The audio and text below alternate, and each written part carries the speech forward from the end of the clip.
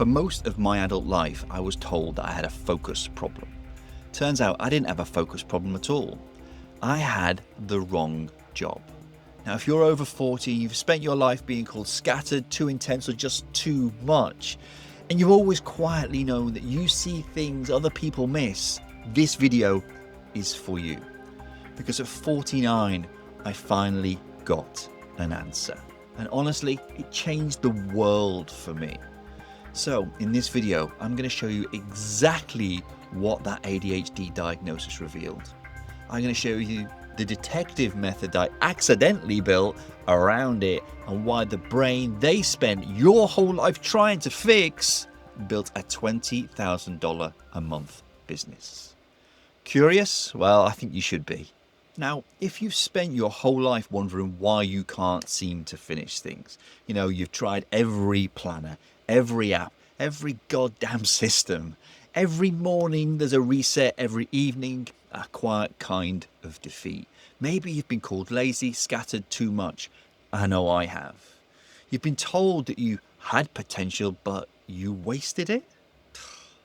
Maybe you know that feeling. Let me know in the comments below. And I want to say this before anything else. You do not need a piece of paper to recognize yourself in this video. Diagnosed, undiagnosed, or just suspecting. If this is landing, stay with me because you already know that this video is for you. What I'm going to share today applies to your brain regardless of what anyone else has officially told you. You see, I spent about a decade as a police officer, 2 years in uniform, 8 as a detective, 10 years in interview rooms, reading people, spotting the things that was there and the things that everyone else was missing, connecting the signals before they became obvious to anyone else. And you know what they called that? Exceptional. Same brain, same person, just a different context. Now, if this is resonating with you already and you're there nodding along, hit the like button, comment below, share with me what you recognize in yourself. And if you haven't yet, please subscribe because I would love to keep connecting with you. Because there is a lot more of this coming and it's just for you. Now, before I go any further, I want to be really, really clear with you. I built a $5,000 a month business system specifically designed around the ADHD brain. Not despite of it, because of it. Now, I hadn't cracked some guru code and I hadn't bought a $2,000 course. I had accidentally stopped trying to fix my brain and started building around it, around how you know it, how it actually works. And I grew that to a $20,000 a month business through a simple, repeatable system. It's like a game. And if this has you curious, good. Hang in there because by the end of this video, you'll know what the exact system is. Now, I want to take you back to the start of 2026. I'm sitting here at my desk, laptop open, on a screen. A psychiatrist pops up that I've never ever met in person. And she's been asking me questions for the best part of 2 hours now. And I'm answering them. But part of my brain, the part that never really switches off, is already somewhere else. Already reading her, kind of watching the way she listens, noticing the pauses before her next question. There's something kind of strange about being assessed online.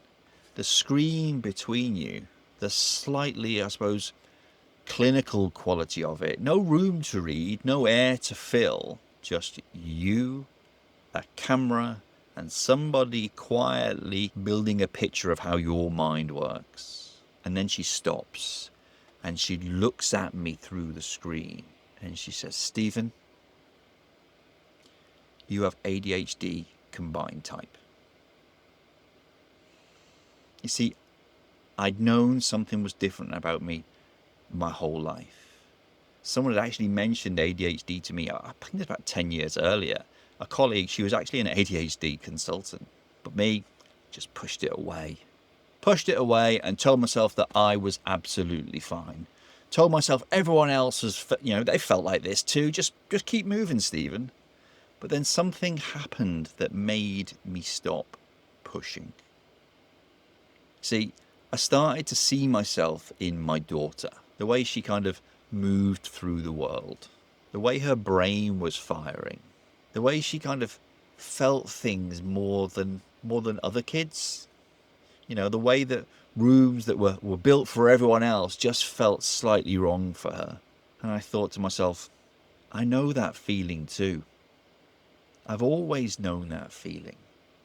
And in that moment, staring at that screen, I realized if I was going to show up for her, I mean really show up for her, I had to stop running from all of this. So when she said the words ADHD combined type, I didn't fall apart. I let out a sigh of relief. And then she said something else. She told me it was severe. And I kind of sat with that word for a moment. Severe.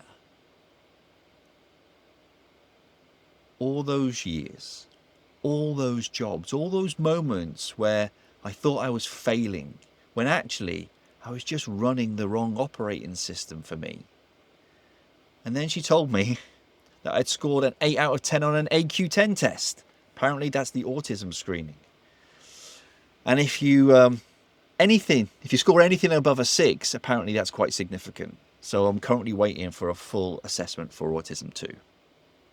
And my first thought, I'm not even joking, my first thought was, that explains so much. Not failure, not shame, but relief. The kind of relief you feel when you've been carrying something heavy for such a long time, and someone finally tells you, Stephen, it's real. Now here's the bit that gets me. I am so glad that I did not find this out when I was a child, and I genuinely mean that. Back then, there was no real support. Come on, you know this. It was a feed them full of drugs and stick them in a corner type of scenario. Medicate the disruption and just move it out of the way. I am genuinely grateful that I found my own ways through it, even though it was bloody hard, even though I didn't fit in, even though I spent years wondering what was wrong with me. Because those ways that I found, they became the system. And then I thought about my daughter, and I thought, she's not going to carry this the way I did. Not if I can fucking help it. Now, the first feeling after a diagnosis like that, it isn't relief. Well, it kind of is, I suppose, but underneath the relief, it's grief. For the years, I mean the years, for the versions of you who was told just to focus, just try harder, just be more like everyone else. For the jobs you left because the loop stopped working. For the projects you abandoned at 80%. For every "you have so much potential" that quietly landed like a bloody accusation. I grieved that version of myself. But here's what I came back to. See, I loved the detective work. I mean, I genuinely, completely loved it. It didn't feel like a job. I was on the hunt, chasing the next dopamine hit, find the crime solver, arrest the bad guy. The dopamine loop firing exactly the way it was built to fire. For the first time in my life, I was running on the right fuel. And then I left. And that is for another story. You have to let me know in the comments if you want to hear it. See, when I left, I didn't find that feeling again for almost 3 years until I built my own business. You see, the diagnosis wasn't just an explanation of my past. It was the moment my past and my present kind of merged together. Everything I thought I'd wasted, every job, every restless exit, every "you have so much potential" that went nowhere.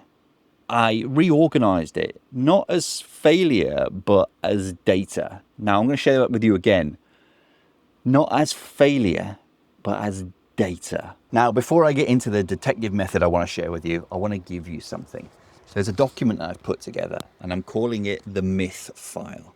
It breaks down, the biggest lie about building on YouTube and building a business. The one that's quietly killing channels like yours before you even start. There's a link in the description. Go grab it. It's completely free. It's my gift to you because it connects directly to what I'm about to share next. I spent 10 years 10 years learning to do one thing better than anything else: read a room. But here's what nobody ever told me about detective work and ADHD. My brain, it's a dopamine seeking system. It's always on the hunt, chasing the next signal, find the problem, solve it, move on. That's the loop. In a classroom, though, when we were at school, that loop has no target. It just fires randomly, and the teachers call it disruption, don't they? In an interview room, that loop has a target, and it becomes something else entirely. You see, in the high pressure moments when everyone around me was reactive, I learned to do the opposite. Slow everything down. Notice more. I'd walk into a scene and something would happen that I can only describe as kind of like a thickening. Time would slow, and in that space, I'd start to see things, connections, patterns, the thing that was there and the thing that was also missing. I kind of lift a layer, and the answer would just be there. Faster than logic, faster than anyone else in the room.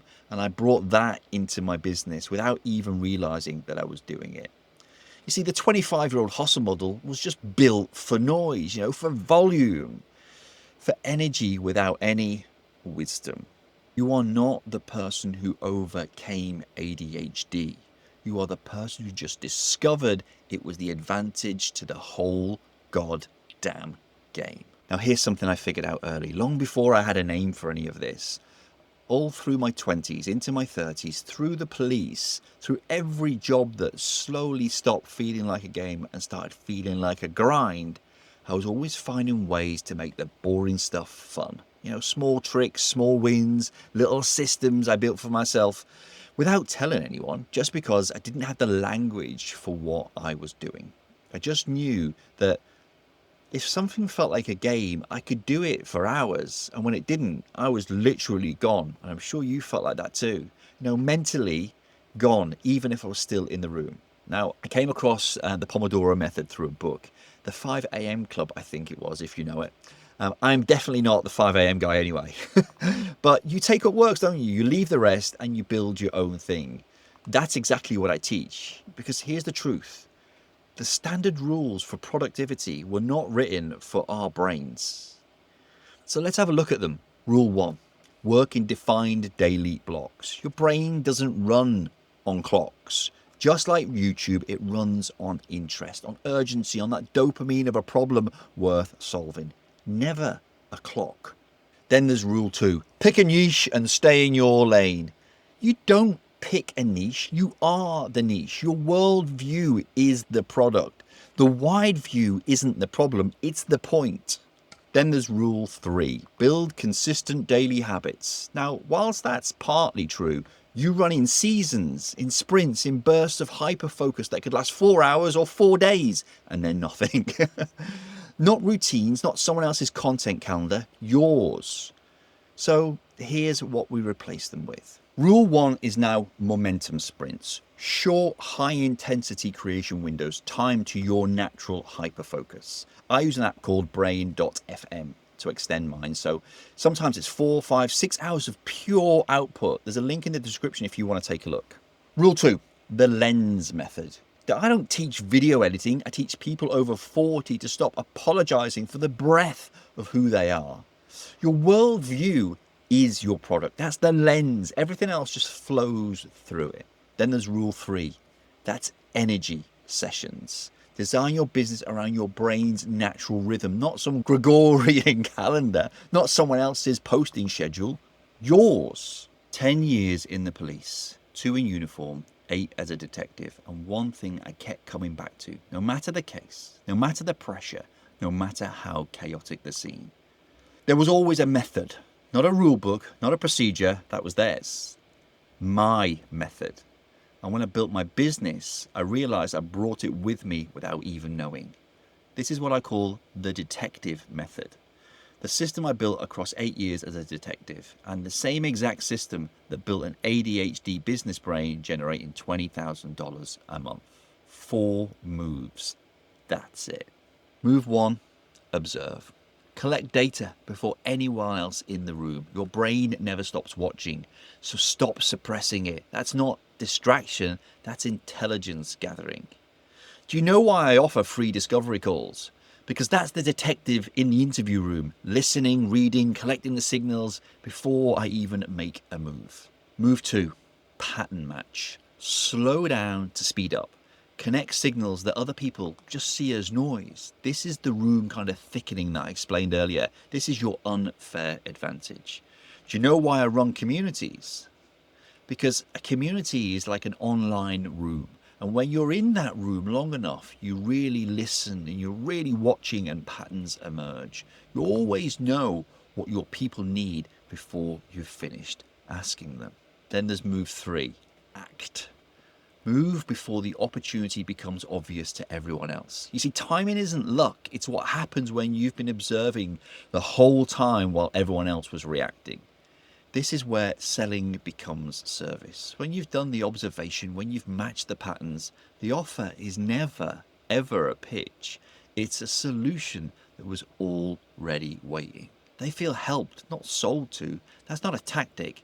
That's the method. And then move 4, we build. Systemize what works so it repeats without you in the room. This is where $20,000 a month lives. This is what I call experience arbitrage. This is exactly what the Heart Brand Blueprint is. It's your map and your system. So the method doesn't live in your head, it runs without you. Your experience is the only scarce asset left in the world today. We're drowning in information and we're overwhelmed by AI. Your brain was built to deploy it faster than anyone. Your brain was never broken. It was running the wrong operating system. Energy becomes your currency. Time becomes sacred. And stress becomes very, very expensive. You're not starting from zero. You're starting from experience. And your brain, it was never the problem. It was always the product. Now, 2 things for you. First, if you haven't grabbed the myth file yet, the link is below. Go get it. And second, the exact business model let me run this brain into a consistent income while I was still in the day job figuring it all out. Well, I break this down in this next video. It's the simple system, it's repeatable, and for a brain like yours. It feels like a game, not a grind, so watch that next.